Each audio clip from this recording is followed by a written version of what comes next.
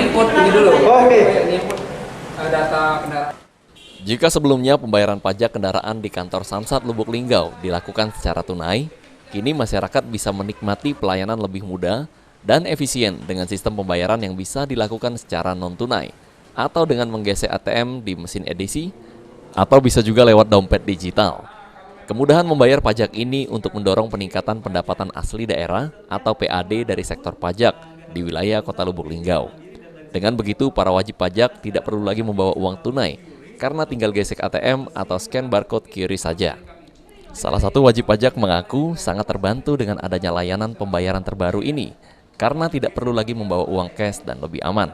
Mbak, itunya jadi lebih enak kita. Jadi nggak nunggu sosok gitu.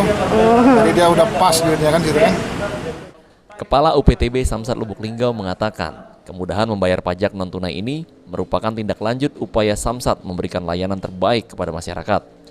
Layanan ini berlaku di semua loket pembayaran Samsat yang ada di Kota Lubuk Linggau, mulai dari kantor Samsat Drive-Thru, Samsat Corner di Lipo Plaza, Samsat Keliling, dan juga kantor Samsat. Layanan non-tunai ini berlaku untuk semua kartu ATM bank apa saja dan gratis, tidak dikenakan biaya transaksi.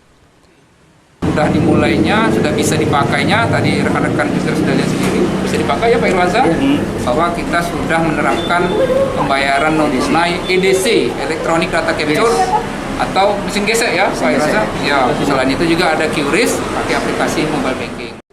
Tri Hajaria, PAL TV.